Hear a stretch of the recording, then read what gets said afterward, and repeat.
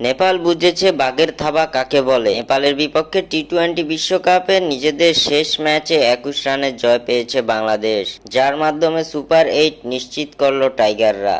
এদিন টাইগার বোলারদের বোলিং তোপে রীতিমতো উড়ে গেছে নেপাল। শুরুতে টসে জিতে বাংলাদেশকে ব্যাটিংয়ে পাঠায় নেপাল। এদিন নেপালের বোলারদের সামনে মুখ থুবড়ে পড়েছে বাংলাদেশের ব্যাটাররা।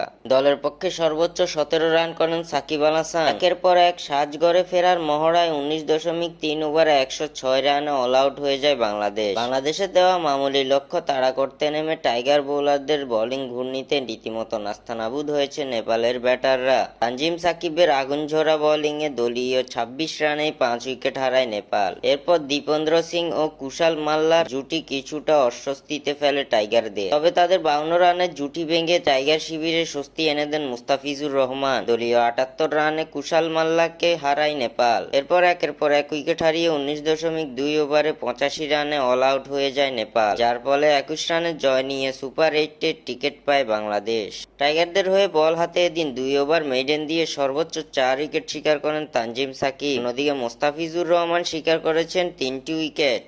সাকিব আল হাসান 2টি এবং তাসকিন আহমেদ পেয়েছেন 1টি উইকেটের দেখা।